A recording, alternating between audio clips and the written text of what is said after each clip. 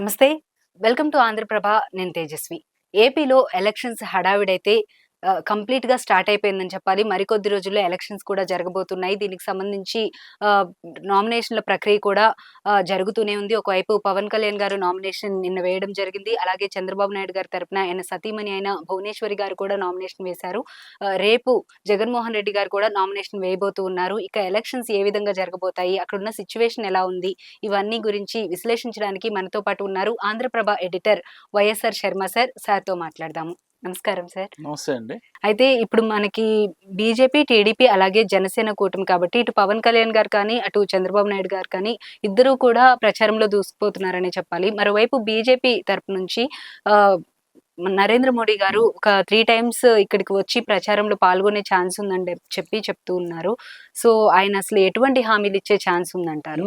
తప్పకుండా. ఎందుకంటే బీజేపీకి కేంద్రం మద్దతు ఉంటుంది. హ్మ్. ఈవెన్ రాష్ట్ర బీజేపీకి. కేంద్రంలో ఉన్నది బీజేపీ ప్రభుత్వమే, ఎన్డీఏ ప్రభుత్వం. యాక్చువల్లీ మోడీ గారిది తెలంగాణకి ఆయన పర్యటన స్ట్రాటజీ అంతా కన్ఫర్మ్ అయింది. Okay sir. ఈ నెల 30వ తారీఖు, మళ్ళీ 2వ తారీఖు, 3వ తారీఖు అట్లా 3 డేట్స్ కూడా సభలకి ఫిక్స్ అయిపోయాయి. డేట్స్ కూడా ఫిక్స్ అయినాయి. హ్మ్. ఇక ఏపీకి ఫిక్స్ కావాలి. అది కూడా ఏపీ కూడా ఈ నెలాఖరు నుంచి మొదలవుతాయి. ఓకే ఎందుకంటే సార్. మే 1 నుంచి ఇంకా 10 రోజులు ఉంటుంది కాబట్టి హ్మ్. బహుశా అటువంటి డేట్సే ఇక్కడ ఏపీకి కూడా ఉండొచ్చు. Okay sir. ఆల్రెడీ ఒకసారి చిలకలూరుపేట వచ్చి ఫస్ట్ మీటింగ్లో పార్టిసిపేట్ చేసి వెళ్ళారు కదా ఆయన. హ్మ్. హ్మ్. మిగతా చోట్ల దేశవ్యాప్తంగా దశలు మొత్తం 7 దశలు కదా పోలింగ్ అవును సార్. లోక్సభ ఎన్నికలు. హ్మ్. సో దేశవ్యాప్తంగా దశల వారీగా జరుగుతున్నాయి. హ్మ్. అందుకని ప్రధాని కానీ, నడ్డా కానీ, అమిత్ షా కానీ హ్మ్. వీళ్ళందరూ అటువైపు కాన్సన్ట్రేట్ చేస్తున్నారు ఓకే దశల సార్. వారీగా. హ్మ్. హ్మ్. ఇప్పుడు మనది వచ్చేసరికి 4వ దశ, చివరి దశ. Okay so sir. ఆ దశకి ఆ చివరి దశ మిగతావన్నీ అయిపోయిన తర్వాత అప్పుడు మళ్ళీ ఆ బెటాలియన్ మొత్తం ఇక్కడ ఇక్కడికి దిగుతుంది. ల్యాండ్ అయిపోతుంది. Okay sir. సో ఈ నెలాఖరు నుంచి మొదలవుతుంది అది.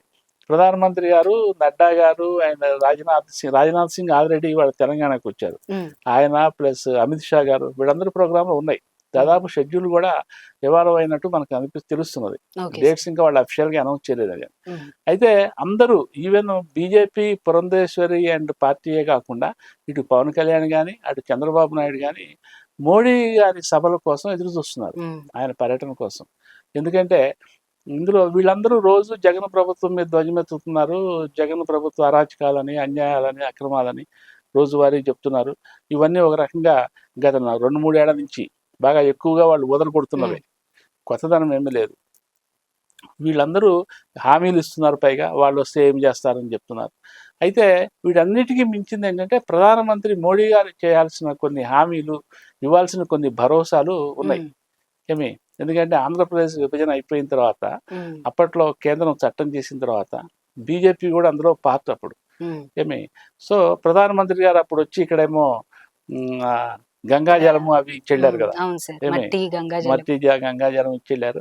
సో ఆయన నుంచి ఏమి వినాలి ఆంధ్రప్రదేశ్ ప్రజలు, ముఖ్యంగా ఈ ప్రత్యేక హోదా, ఆంధ్రప్రదేశ్కి ప్రత్యేక హోదా, ప్రత్యేక హోదా, అట్లాగే రాజధాని ఒకటి, పోలవరం. విభజన చట్టంలో ఉన్న కొన్ని హామీలు హ్మ్. అవి, వాటి గురించి ఈయన ఏమన్నా భరోసా ఇస్తారా అధికారికంగా? ఎందుకంటే వన్స్ ప్రధానమంత్రి భరోసా ఇస్తే దాని వాల్యూ వేరుగా ఉంటుంది. వేరుగా ఉంటుంది. ఏమి మొన్న చిలకలూరుపేట వచ్చినప్పుడు కూడా ఆయన ఏమి వీటి గురించి మాట్లాడలేదు. అవును. ఎంత మాట్లాడలేదంటే కనీసం జగన్ గారి పేరు కూడా ప్రస్తావించలేదు. హ్మ్. దాంతో ఏపీలో మిగతా మిగతా పార్టీలు అంటే కూటమి పార్టీలు, హ్మ్. కూటమి పార్టీల్లో కూడా కొంత అసంతృప్తి వ్యక్తమైంది. హ్మ్. దాన్ని వాడు తర్వాత ప్యాచప్ చేసుకున్నారు. అంటే జగన్ గారి పేరెత్తి జగన్ ప్రభుత్వము, వైసీపీ ప్రభుత్వము అక్రమాలు అని గనక ఆయన నేరుగా ప్రస్తావించి ఉంటే దేశ ప్రధాని, ఆ రిఫ్లెక్షన్ వేరుగా ఉండేది, ఆ రియాక్షను.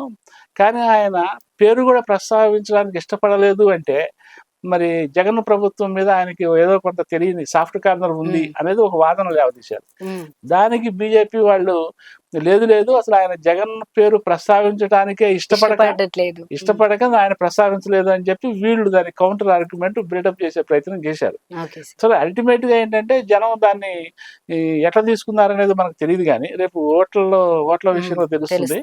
ఈసారి మాత్రం ఆయన కనీసం ఒక 2-3 సభల్లో పాల్గొనొచ్చు ఓకే సార్. మోడీ గారు మస్ట్ గా. అప్పుడు మాత్రం ఆయన చెప్పాల్సి వస్తుంది. మొన్నదంటే ఏదో first introductory meeting first time వచ్చారు, ఇంకా 2-3 సార్లు రావాల్సి ఉంటుంది. అన్నీ ఆ మొదటి సభలోనే చెప్తే ఇంకా మిగతా సభల్లో ఏమి హామీలు ఇస్తారు ఆయన? అవును సార్. అందుకని ఆయన చాలా ప్లాన్డ్ గా మొదటి సభలో ఒక ఇంట్రడక్టరీ మీటింగ్ లాగా ఉపయోగించుకున్నారు. Okay sir. ఇక రేపు వచ్చే ఈ ఇప్పుడు వచ్చేది కూడా మళ్ళీ అందులోనూ ఎలక్షన్ కి పీక్ టైమ్ లో రాబోతున్నారు. పీక్ టైంలో వస్తారు. పైగానేమో అందరి కాన్సన్ట్రేషన్ అప్పుడు చాలా బిల్డప్ అయి తప్పకుండా ఉంటుంది ఉంటుంది. కాబట్టి అవును. బహుశా ఆ 2-3 సభల్లో దశల వారీగా కొన్ని అంశాలు, కీలకమైన అంశాలు అయితే ఆయన ప్రస్తావిస్తారు. Okay sir. సో ఒక చంద్రబాబు నాయుడు కూటమి ఉమ్, ఆ, మోడీ సభల కోసం ఎదురు చూస్తున్నట్టే ఆంధ్రప్రదేశ్ ఓటర్లు కూడా మోడీ సభల కోసం ఎదురు ఎదురు చూస్తున్నారు. చూస్తున్నారు. ఎందుకంటే జగన్ అంతా తెలిసిపోయిందే. ఉమ్, జగన్ హామీలు ఉమ్, వాళ్ళ మేనిఫెస్టో రేపు ఎల్లుండో వచ్చేస్తుంది. ఉమ్, అందులో నవరత్నాలు మస్ట్గా ఉంటాయి. ఉంటాయి. నవరత్నాలకి అదనంగా ఇంకా ఏమి ఇవ్వాలనేది వాళ్ళు కసరత్తు చేస్తున్నారు. ఉమ్, ఇంకేదైనా చేరిస్తే ఒక 2-3 పాయింట్లు చేరుస్తారు ఉమ్, అంతే. అది క్రిస్టల్ క్లియర్. ఇక తెలుగుదేశం ఆల్రెడీ ఇప్పుడు మినీ మేనిఫెస్టో ఇచ్చారు.